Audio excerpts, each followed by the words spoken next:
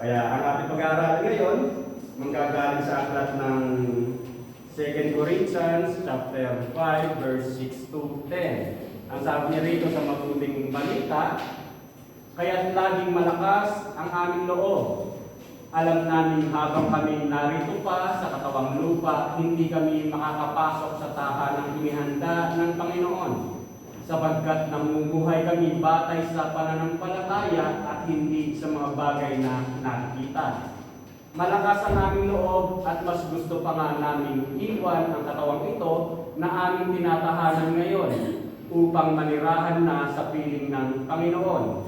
Kaya naman, ang pinakananais namin ay maging kalugod-lugod sa Kanya, maging nasa katawang lupa o maging nasa piling na Niya, sapagkat lahat tayo'y haharap sa hukuman ni Kristo at tatanggap ng nararapat ayon sa ating mga gawang mabuti o masama nang tayo'y nabubuhay pa sa katawang ito.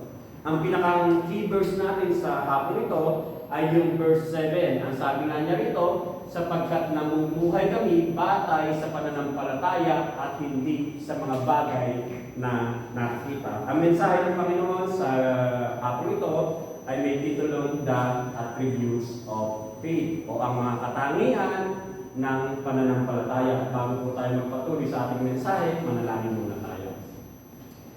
Salamat po, Panginoon, sa oras nito na minsan pa binigyan mo kami, Panginoon, ng pagkakataon na patuloy kami mag-aral ng iyong mga salita. Lord God, dakila ka, tapat ka. Lord God, hindi ka nagbabago. Lord God, tapat ka sa iyong mga pangako, sa iyong mga salita, Panginoon. Ikaw pa rin ang Diyos noon, ngayon, at magpakailanman, Panginoon.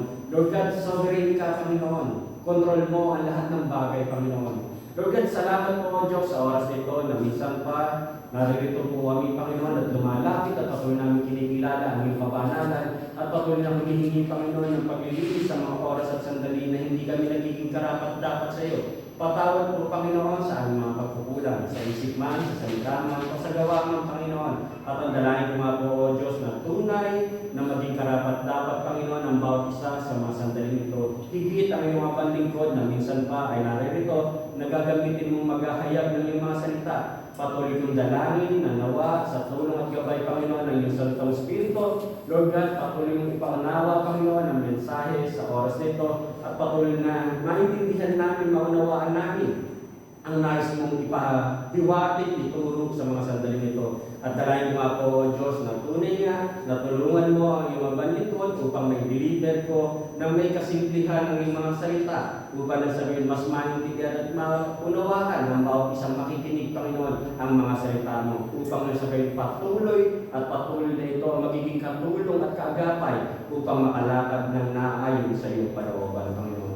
Muli po, O Diyos, patuloy namin pinagkakatiwala sa iyo ang aming guguling oras sa aming pag-aaral at pagsasaliksik ng iyong mga salita. Sa ilang pong papuri, sa ilang pong parangal, sa tayo po ng lamang ng iyong anak na si Jesus na aming Panginoon at sa aming tagapagligtas. Amen. At dito nga sa ating pag-aaralan, dito makita natin na dun sa verse 6 to 10 na ating binasa, tinutukoy o binibigyan na in-encourage ni Apostol Pablo ang mga mananampalatayang nasa Corinto na makita sa kanila yung pamumuhay na kakaiba, yung pamumuhay na sila'y lumalakad ng naaayon sa kalooban ng ating Panginoong Diyos. Kumbaga, alam na nila yung daan para lumakad ng naaayon sa nais ng ating Panginoong Kristo. At dito nga sinasabi na bilang isang mananampalataya, ini-encourage ni Apostol Pablo ang mga mananampalatayang nasa Corinto na lumakad sa pananampalataya. Alam naman natin na ang iglesia ng Corinto, maraming problema. Maraming mga hindi magagandang bagay sa iglesia ng Corinto, bagamat siya'y pinagpala, pero maraming problema sa iglesia ng Corinto. Kaya ang encouragement ni Apostol Pablo, lumakad sa pananampalataya. At dito, makita nga natin na sinasabi nga, kapag yung lalakad tayo sa pananampalataya, dapat maunawaan natin na magkaroon tayo ng tamang pananaw, tamang pagkaunawa, kung paano nga ba tayo lalakad sa buhay pananampalataya. Kumbaga, ano nga ba ang pananampalataya? Ano nga ba ang tinuturo ng pananampalataya? At dito sa ating pag-aaralan, meron tayong tatlong titingnan. Una, ang sinasabi niya rin sa una nating pag-aaralan o punto na sinasabi dyan, faith is believing. Dito, malinaw na sinasabi sa aklat ng Hebrews chapter 11 verse 1, ang sabi niya rito sa New King James Version, now faith is the substance of things hoped for, the evidence of things not seen. Ang sabi ng sumulat ng aklat ng Hebreo, kumbaga, ang pananampalataya ay sangkap sa mga bagay na ating inaasahan. Kumbaga, sangkap yung pananampalataya doon sa mga bagay na ating inaasahan, na itong mga bagay na ito na ating inaasahan, hindi natin nakita. Pero meron tayong inaasahan. May kasiguraduhan doon sa ating inaasahan. At ang sangkap na ating kinakailangan ay yung pananampalataya. Kaya nga dito, sinasabi rin na kailangan natin maniwala. Maniwala dun sa mga bagay na ating inaasahan. Sa Romans chapter 4, verse 3, ang sabi niya rito, ano ang sinasabi ng kasulatan? Si Abraham ay sumampalataya sa Diyos at dahil dito siya ay itinuring ng Diyos na matuwid. Dito makita natin na sinasabi dito na si Abraham ay sumampalataya sa Diyos. Saan siya sumampalataya? Kanino siya sumampalataya? Sa Diyos. Kumbaga si Abraham sumampalataya sa ating Diyos. At dito makita natin, saan nga ba nanampalataya si Abraham? Nanampalataya si Abraham sa pagkakatawag sa Kanya. Naniwala si Abraham sa pangako sa Kanya. Nanampalataya at naniwala si Abraham sa plano ng Diyos sa Kanya. At dito makita natin na maging si Abraham, naniniwala na nagkaroon din siya ng punto ng pag-alinlangan. Dumaan din siya sa punto ng pagdududa ng mga katanungan doon sa mga pinaniwalaan o sa mga sinabi niya. Paniniwala ang pumunta, nakaranas din siya ng ganong sitwasyon. Kasi tao rin siya eh. Pero, hindi niya pinanghawakan yung mga pag-alinlangan niya. Hindi siya lumakad dun sa mga pagdududa niya. Hindi niya pinanghawakan yung mga doubt niya. Kaya dito makita natin na sa buhay natin, may mga oras at sandali na dumarating tayo sa puntong gano'n. Na para bang nag-aalinlangan tayo doon sa mga pangako na dating pinanghawakan natin. Katulad halimbawa yung mga testimony na narinig natin. Kahit ako noon, ganun. Nangyari rin sa akin ganun na talagang iniiyak ko rin sa video yung mga katanungan ko. Pero, kumbaga, nai-release mo yung nararamdaman mo. Katulad ni Abraham, kumbaga paniguradong maging siya dumaan sa puntong ganun, pero hindi niya pinanghawakan yung mga pagkalilan. Bagkus ang pinanghawakan niya ay yung maniwala at manampalataya sa pagkatawag, sa pangako, at sa plano ng Diyos sa kanya.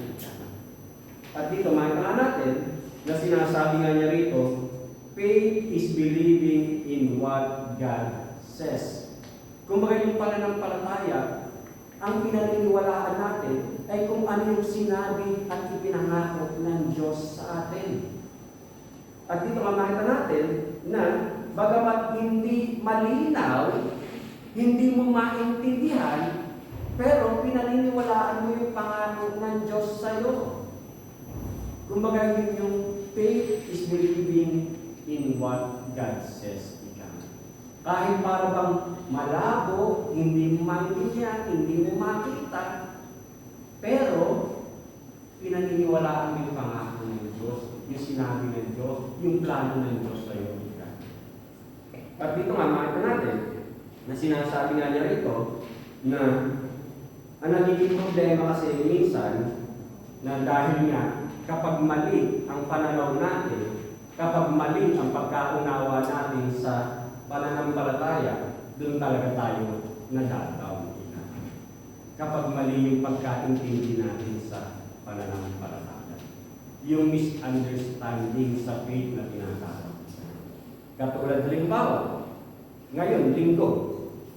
Pag linggo, usually, kumbaga ang pananaw ko lang sa linggo, ito yung linggo na araw ng Diyo, aaten ako, makikinig ako, kapag pinapala ka spiritually, nakakain kang pagpapalang spiritual, bless na bless ka. Kasi Sunday, Lord's Day, ika na. Ngayon, pagdating ng Lunes, ngayon may dumating na mga unexpected problems, mga bagay na hindi mo inaasahan, mga sitwasyong nega, manlulupay-pay ka na. Mawawala na yung pagiging bless mo ng Sunday. Ay mas marami yung Lunes hanggang Saturday. Kaya para bang mas down ka kasi mali ang pananaw mo sa buhay pananampalataya. Na ang tingin mo lang every Sunday lang ang araw ng pananampalataya. Kaya yun ang nagiging problema minsan, kaya para bang hindi tayo makatayo sa ating buhay pananampalataya. Kaya na sinasabi na ang faith is believing. Maniwala ka. Katulad nga halimbawa ni Abraham, kumbaga hindi niya pinanghawakan yung pagkalilangan niya. Ang pinanghawakan niya yung pagkatawag, yung pangako, yung plano ng Diyos sa kanya. Yung buhay naman niya, hindi naman nagkanda ka bene. Marami rin mga sitwasyong pangit sa buhay ni Abraham. Pero lumakad siya sa nais ng Diyos. At dito, makita rin natin, ang nangyayari na kapag yung bless na bless ka ng Sunday, pagdating mo ng Lunes, hanggang Saturday, may quality boy ka na naman.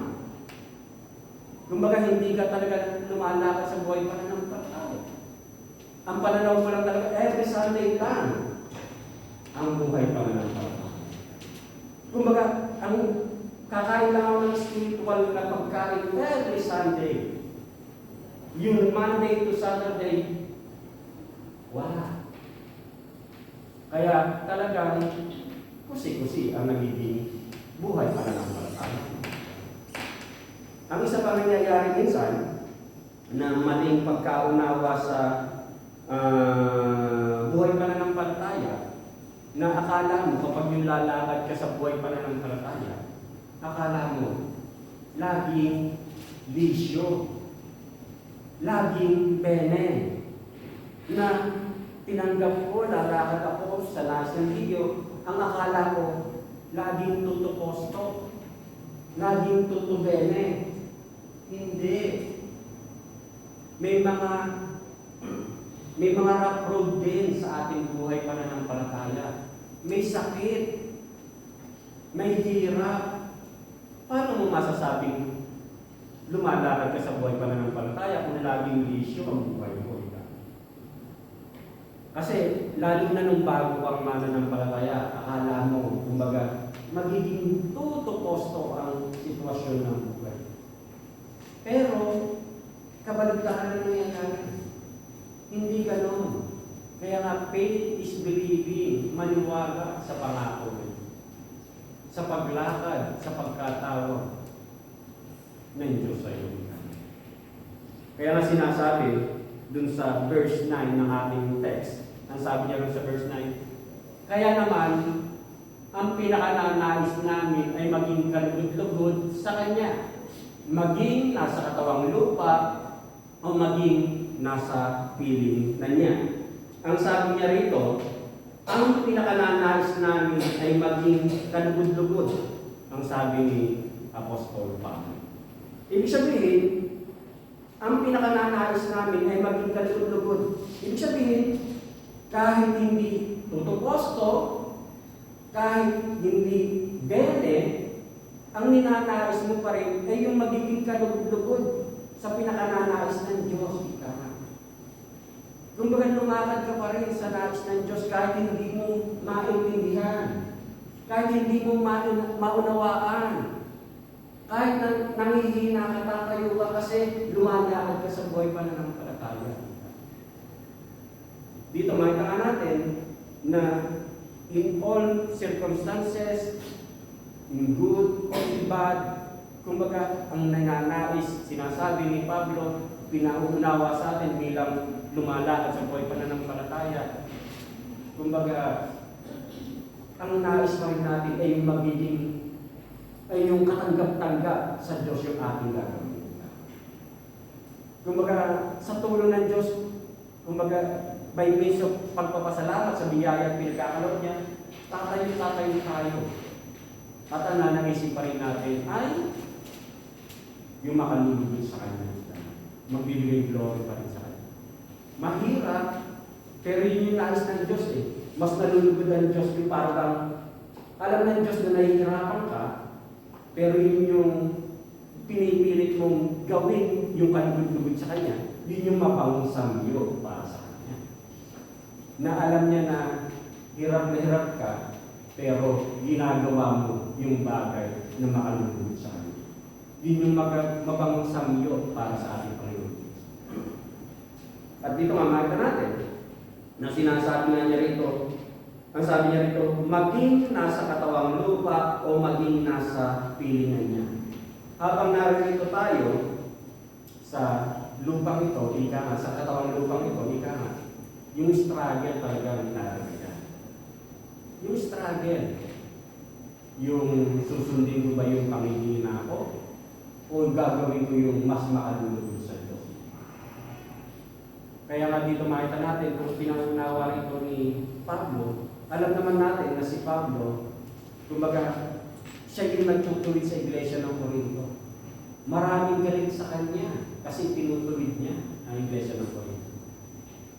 Pero dito sinasabi nga niya na kumbaga, hindi na niya iniisip ko ano yung sasabihin ng mga nagagawa sa kanya. Basta, ang gagawin niya ay yung makalulugod sa ating Panginoon. Maging sa atin sa buhay pananampalataya na parang nahihirapan ka, hindi mo maintindihan, nadadaon ka, pero tatayo at magpapatuloy ka. Ang gagawin mo pa rin ay yung makalulugod sa ating Panginoon. At dito, sinasabi nga niya rito,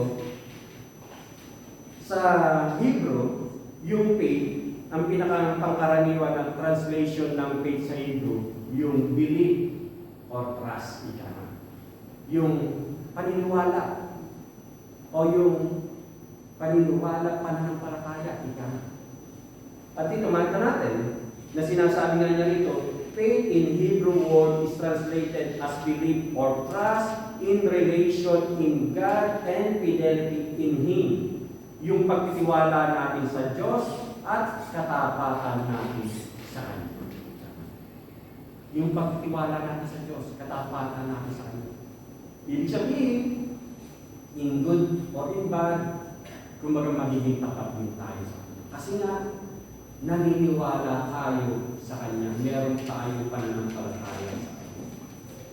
At dito, makita rin natin, sinasabi nga na kapag naniniwala ka, may pananampalataya ka, naniniwala ka, kung ano yung mga itinuturo sa iglesia, sa salita ng Diyos, yun yung pinaniniwalaan mo kita.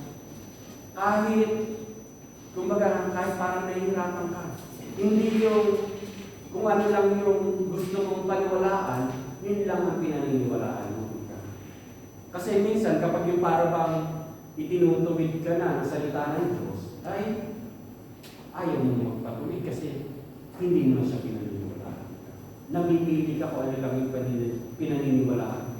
Pero kapag sinasabi mo may pananampalataya ka, naniniwala ka, kung ano man yung itinuturo ng Diyos sa'yo, ipinakakain ng Diyos o salita ng Diyos para sa'yo, tatanggapin at tatanggapin mo kasi yun yung kailangan mo.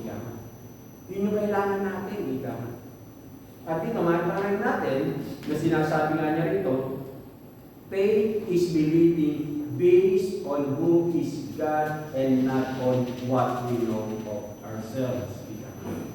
Yung pananampalataya ay yung kung sino ang Diyos at hindi kung ano yung alam natin. Yun ang pananampalataya. Yun ang paniwalaan mo kung sino ang Diyos. Kung ano yung mga sinasabi ng Diyos sa atin. Hindi kung ano yung alam mo. Kasi ang problema nga sa atin, marami tayong kanya-kanyang opinion, masyado tayong marunong. Kaya yung alam natin, yung pinaniniwalaan natin. Pero may mga malinaw na nire-reveal, tinuturo ang Diyos sa atin. Yung tinuturo sa atin, yung tinuturo sa iyo. Kasi yun yung nais ng Diyos para sa iyo. Yun yung dapat natin paniwalaan. At sinasabi doon sa pangalawang punto natin, ang sabi niya rito, yung faith is obeying. Ang pananampalataya ay pagsunod.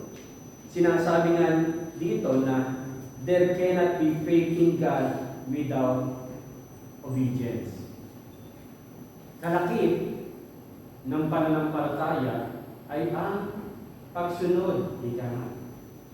Kumbaga, walang pananampalataya kung hindi ka natututong sumunod. Walang pananampalataya kung hindi ka natututong sumunod. At dito makita natin na sinasabi nga niya rito, yung pananampalataya mo, yun yung magtutulak sa'yo, magtuturo sa'yo na sumunod. Kaya nga diba, natututo kang magpasakot, natututo kang sumunod, kasi nananampalataya ka. Kaya ka nababago ka eh. Kaya ka nababago kasi hindi na yung nais mo ang dapat masunod, kundi kung ano na yung nais ng Diyos. Na, kung nananampalataya ka, matututo ka sumunod sa nais ng Diyos. At dito, sinasabi nga niya rito, na matututo kang maniwala, matututo kang magtiwala. Kumbaga, yun yung pananampalataya.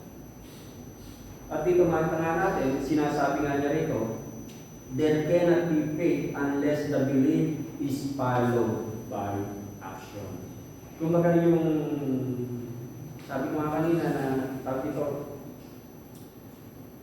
hindi magkakaroon ng pananampalataya kung hindi nga tayo matututong sumunod. Katulad halimbawa ni Abraham. Kumbaga, kay Abraham tayo tututo kasi si Abraham yung sinasabing father of faith.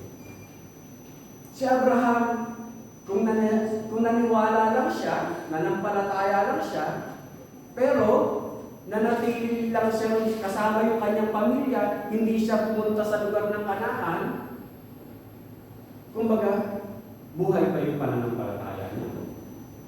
Kung nanatili siya kasama ng kanyang pamilya dun sa lugar ng Chaldeans, hindi siya umalis doon.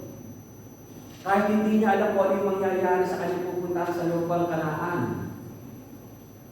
Kumbaga, makikilala ba natin si Abraham as father of faith? Kumbaga, dito makita natin na natutong sumunod si Abraham dahil meron siyang pananampalataya. Yung pananampalataya ang nag-udyok sa kanya na sumunod dun sa nais ng Diyos sa kanya. Maging sa atin ganun din. Na yung pananampalataya natin, kahit nahihirapan tayo, kahit hindi natin maintindihan, hindi natin maunawaan, yun yung mag-uudyok sa atin na sumunod sa nais ng Diyos sa buhay natin. At dito makita natin na sinasabi nga niya rito, if you say you believe in God, you then must obey Him. Kung sinasabi mong naniniwala ka sa Diyos, kumbaga, ang nararapat sa iyo, matuto kang sumunod sa Kanya.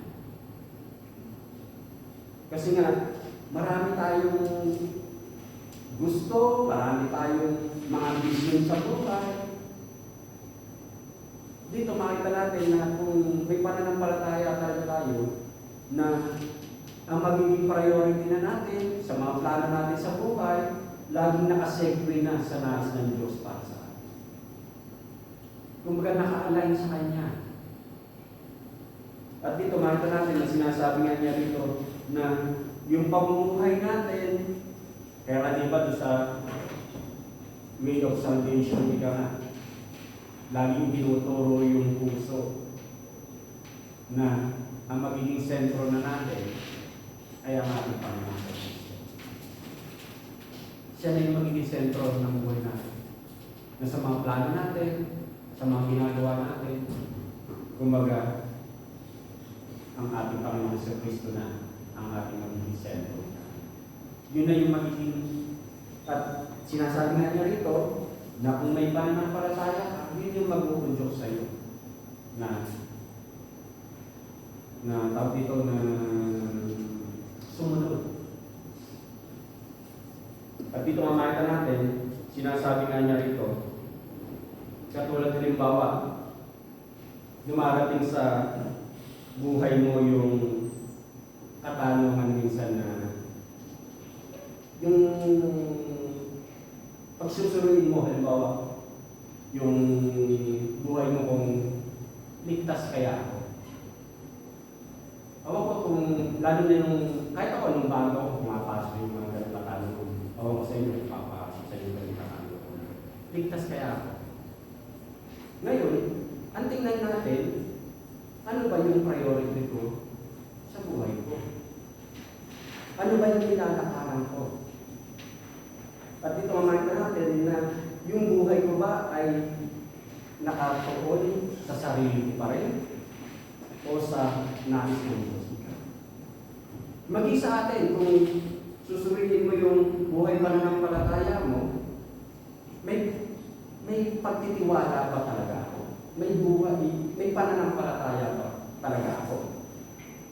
Ngayon, tingnan mo kung natututo kang sumunod sa nais ng Diyos.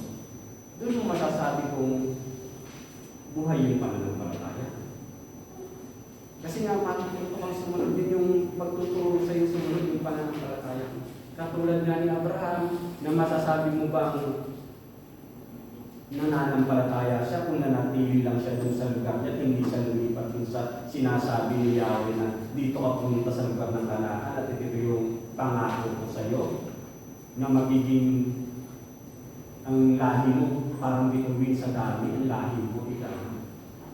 Dito makita natin na sinasabi nga sa Hebrew 11:8, ang sabi nga niya rito, dahil sa pananampalataya, sumunod si Abraham nang siya'y utusan ng Diyos upang pumunta sa isang lupain, ipinangako sa kanya. Sumunod nga siya kahit hindi niya alam kung saan siya pupunta. Kahit hindi niya alam, kahit hindi niya maunawaan o ano yung mangyayari sa kanyang pag-alis, sa kanyang pagpunta sa lugar na sinasabing puntahan niya. Pero sumunod siya. At dito makita natin na sinasabi nga niya rito na faith is not only to believe but rather to believe. Kumbaga, ang pananampalataya ay hindi lamang para maniwala, ngunit kinakailangan din isa pa buhay. Kumbaga, katulad nga nung sa mga maling pagkaunawa kanina na sinasabi ko kanina, minsan kasi mali yung pagkaunawa natin na every Sunday lang ang ating buhay pananampalataya. Pagdating ng Lunes to Saturday, wala na. Ang buhay pananampalataya ay matututo kang sumunod kahit hindi mo maunawaan, kahit hindi mo maintindihan.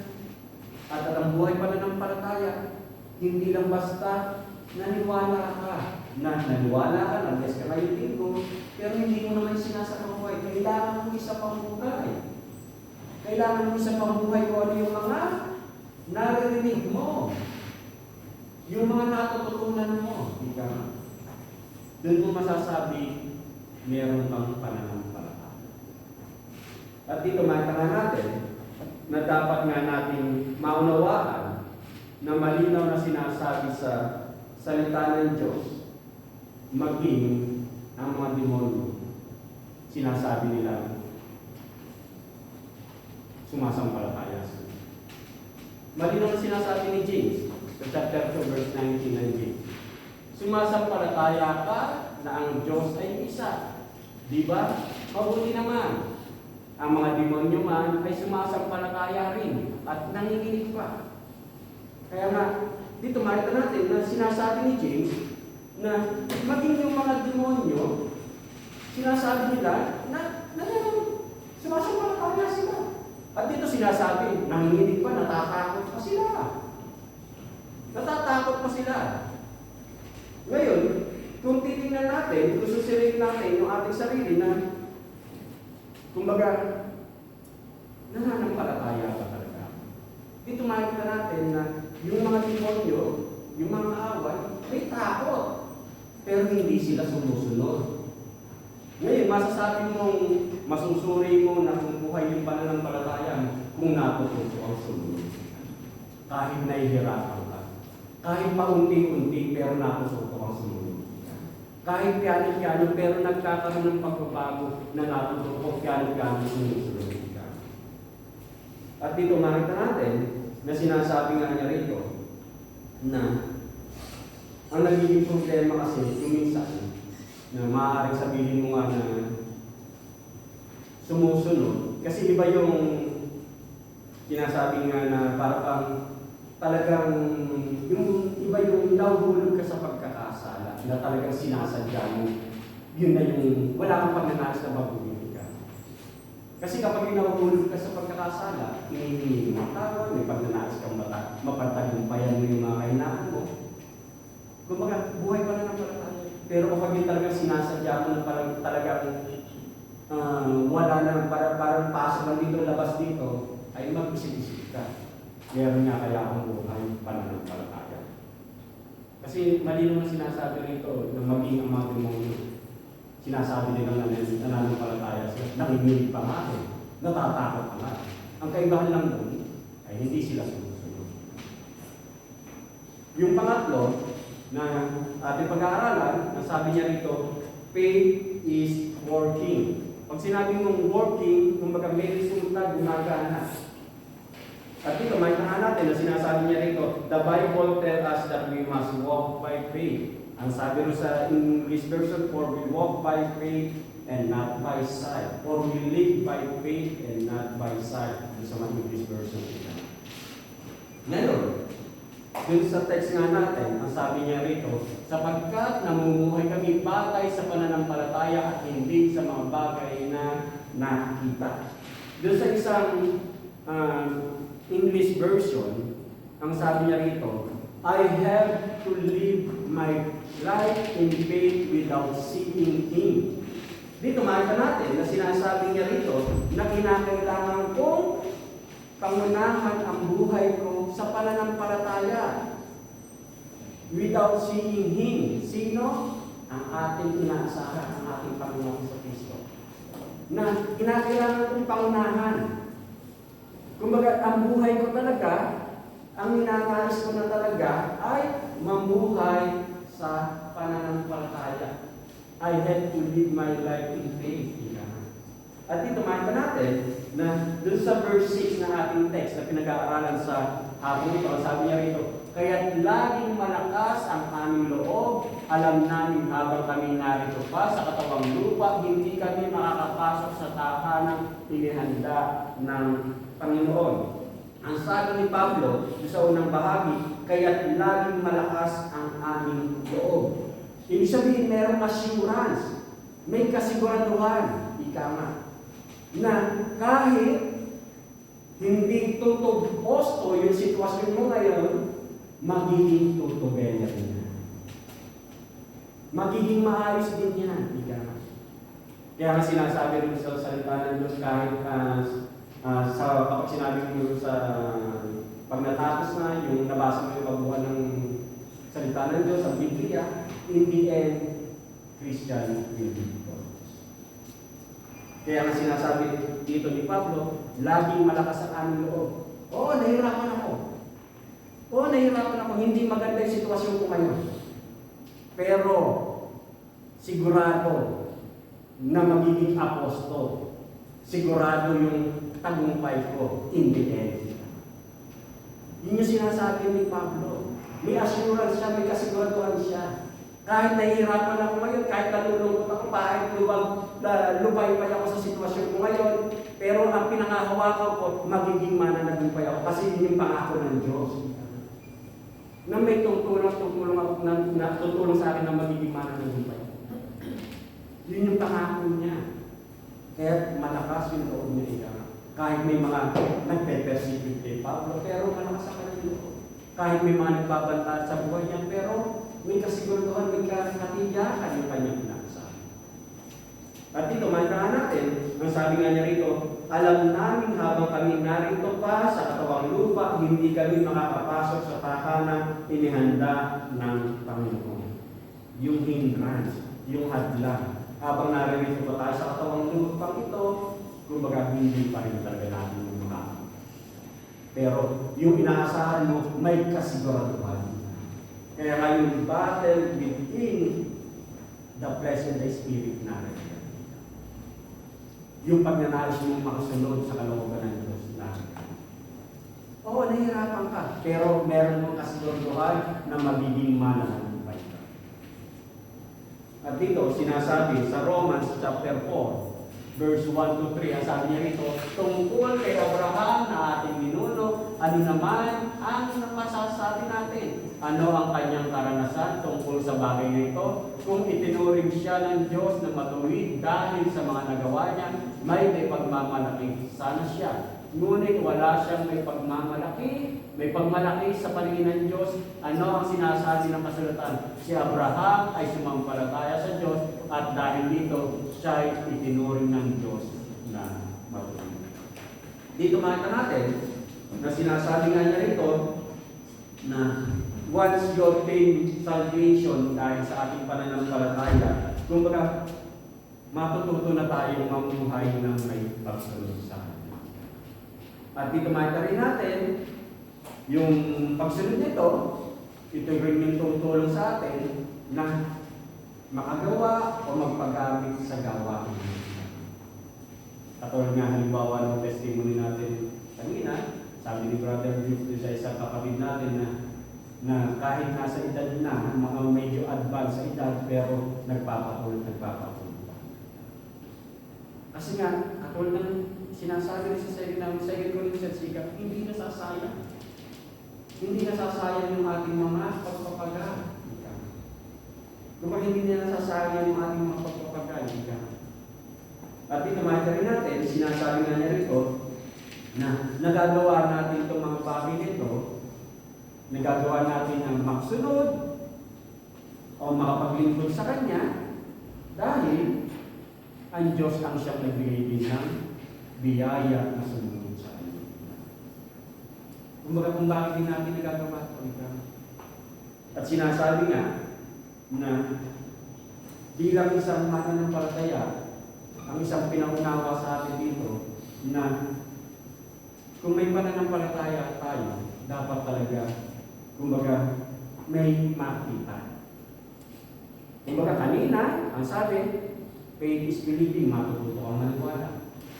Faith is obeying, matututo kang sumunod. At ngayon, dito sa pangatlo, kumbaga, magkakaroon ng bunga, magkakaroon ng resulta yung pananampalataya mo.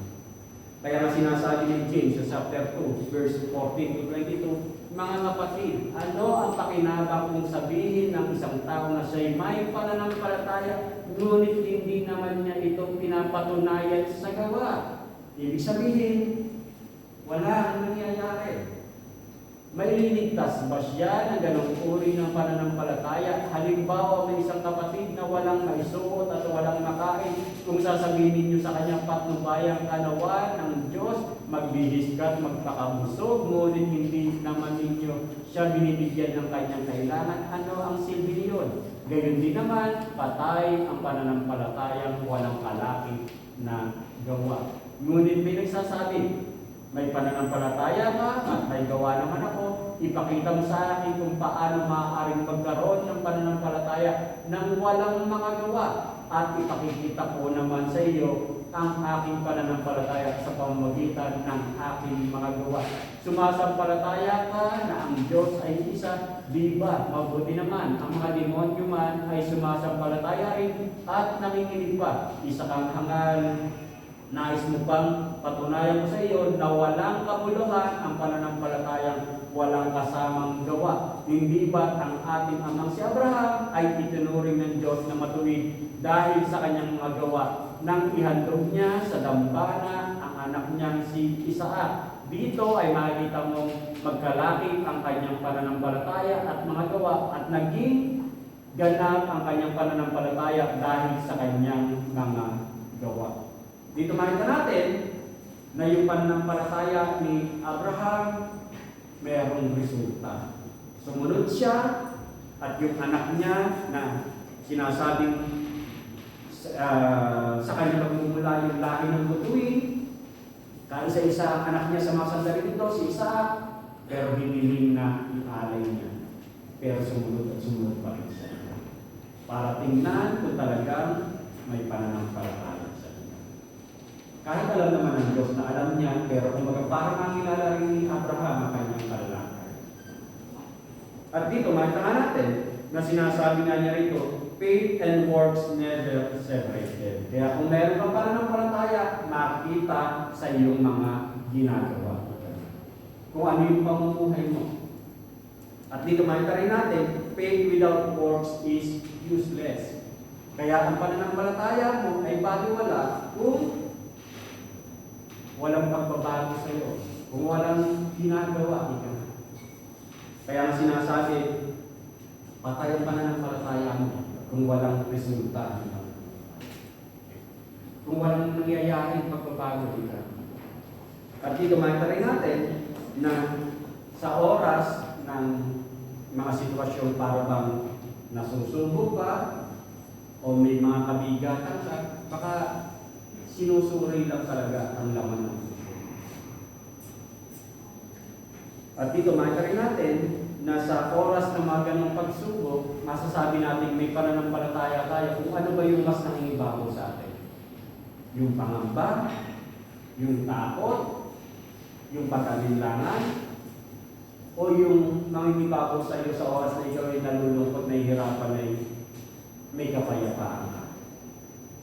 May joy ka.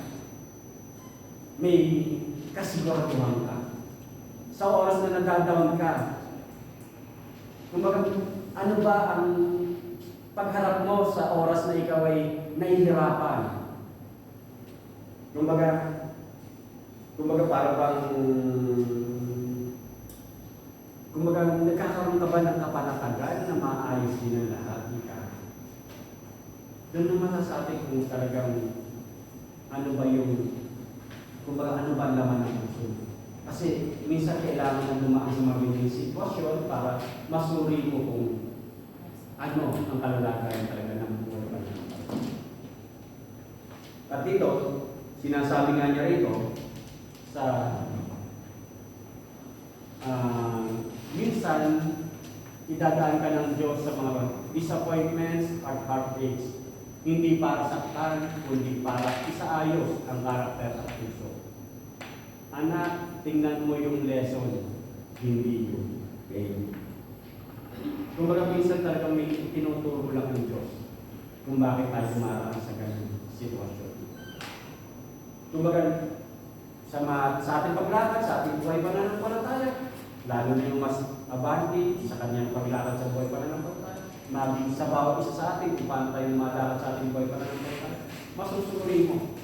At sinasabi nga na sa oras na para bang nalulungkot ka, nalidisappoint ka, nasasaktan ka, huwag mong tingnan yung sakit, yung hirap, yung disappointment.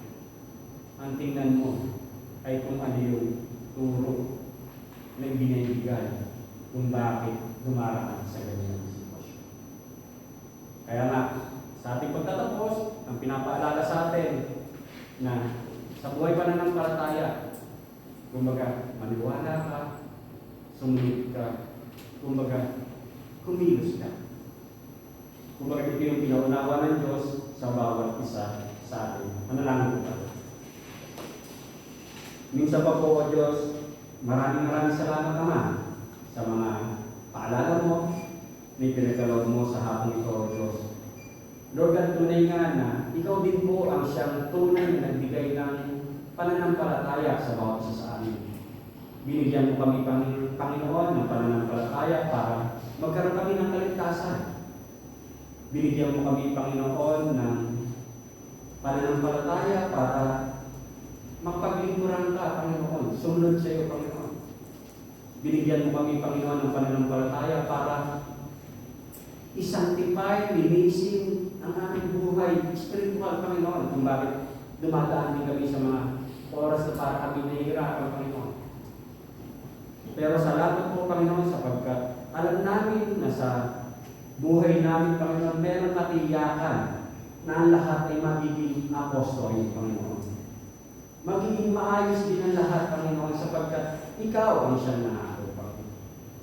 Salamat po, Diyos, sa oras nito. Dalayan ko nga po, Diyos, na sa mga paalala nito, Lord God, patuloy na hindi lang po namin ito narinig, itong mga paalala nito, bagkus dalangin namin, Panginoon, tunay na ito'y tumimo sa puso't isipan namin, at ang mga paalala nito, Diyos, ay gamitin namin habang hinihintay namin ang dakilang araw ng iyong mga pangako, Panginoon.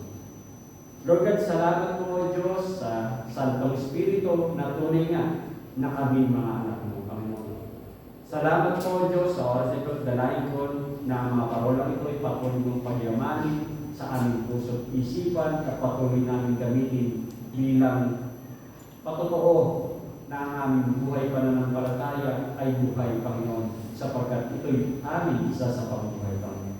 Salamat po sa ilang pong papuri, sa ilang pong parangal, sa tayo mga lamang ng iyong anak Jesus na ang Panginoon ang sarili.